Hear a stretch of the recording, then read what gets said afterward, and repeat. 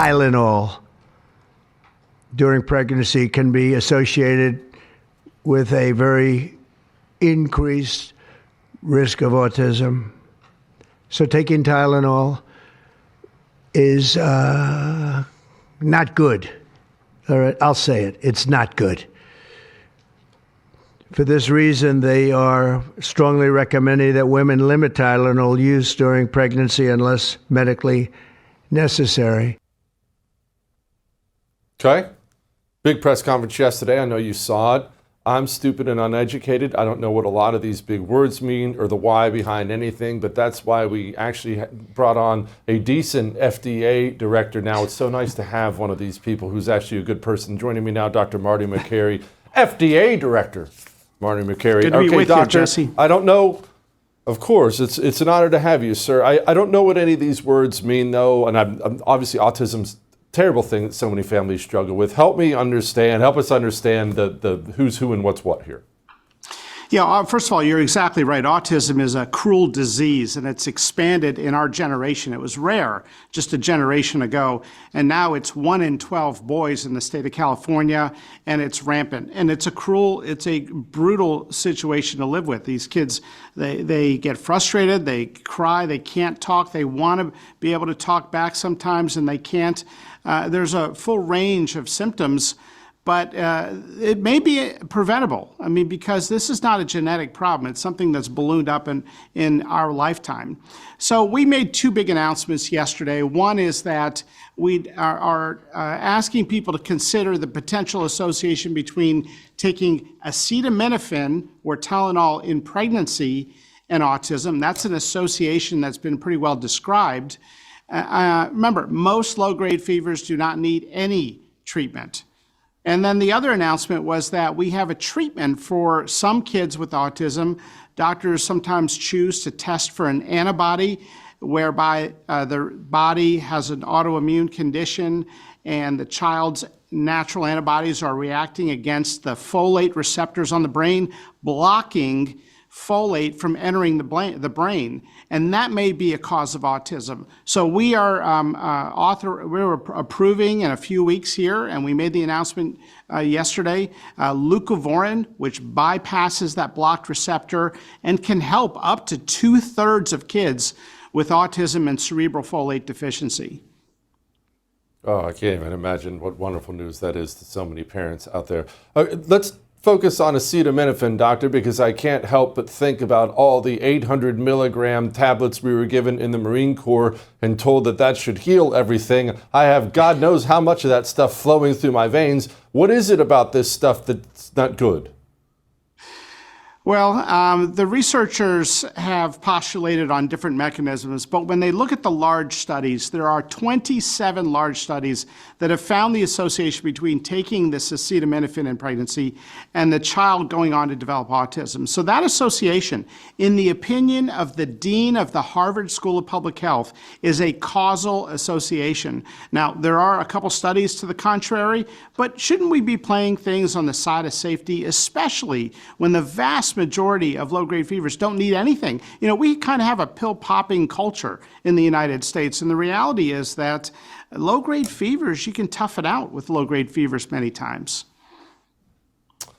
Doctor, another thing that people talk about a lot is the childhood vaccination schedule, vaccines. And again, this is another area I know nothing about. People are unbelievably passionate about it on both sides. If you even say the word vaccine, you might as well shut down your email account that day because it's about to get ugly. What do we think? What do we know? What's true and what's not true? Well, we have to listen to parents, and some parents want to take some liberty and be a little more flexible with the vaccine schedule. I don't think we should be condemning those parents or kicking those kids out of a pediatrician's practice, which is common in the United States. If somebody wants to hold off on the hepatitis B shot from the day of birth when it's recommended until age 12, that's perfectly fine when the mom's Hep B negative, which is most of the time. So I think we have to ask ourselves, where do we need to put forth a set of vaccines where there's a high degree of certainty that they're absolutely necessary. And can we actually be a little more flexible, recognizing there's no study that compares hepatitis B given at birth to given at age 12. It's a sexually transmitted infection it's preventing. So what are we doing giving it at birth? We've got to listen to people when they come in and want to modify the vaccine schedule, or they want to use the Japanese vaccine schedule, or the German vaccine schedule, or the Danish vaccine schedule, which is far less burdensome than the U.S. vaccine schedule. I think we need to listen to those individuals and not be so absolutist. Why is there such a rejection of that, doctor? Because you're obviously very much in the industry. You're not FDA traditionally, but why is that something that's always rejected, seems to be rejected and loudly rejected by the medical establishment? What is it?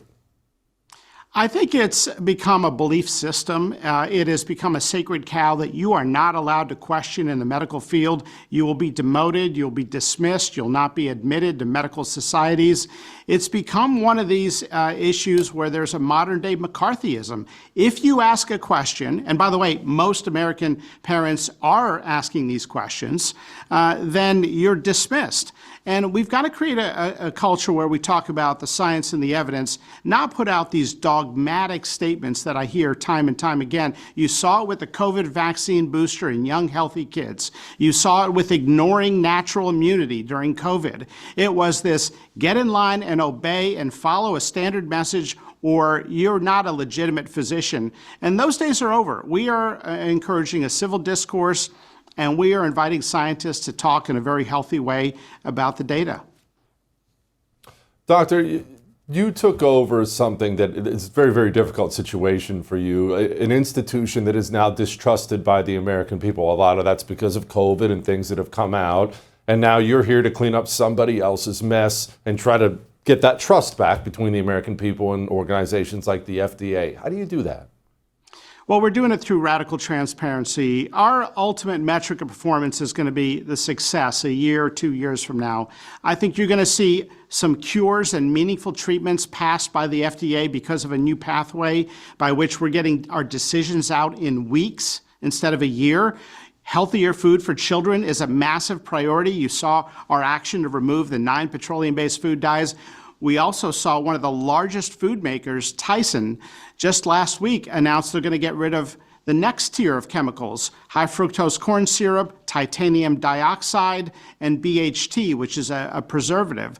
And so you're starting to see this mass movement to address the root causes of our childhood chronic disease epidemic. We can't keep medicating our nation's kids at scale. We've got to start talking about the root causes, and that's why we went ahead and erred on the side of caution when we identified the risk with acetaminophen in pregnancy. Just to be clear, you're not going to mess with Red Lobster at all, right? I can't abide by that. You'll be able to continue eating lobster to your heart's content, Jesse. Thank you, doctor. I appreciate you very much, sir. Come back soon. I would thank you for coming to my YouTube channel, but I know how brilliant it is, and I know you love it here. So subscribe and watch. We're going to start really ramping things up and putting some funny stuff, some interesting stuff out there, some collaborations. Either way, my YouTube channel is officially the place to be. So stick around.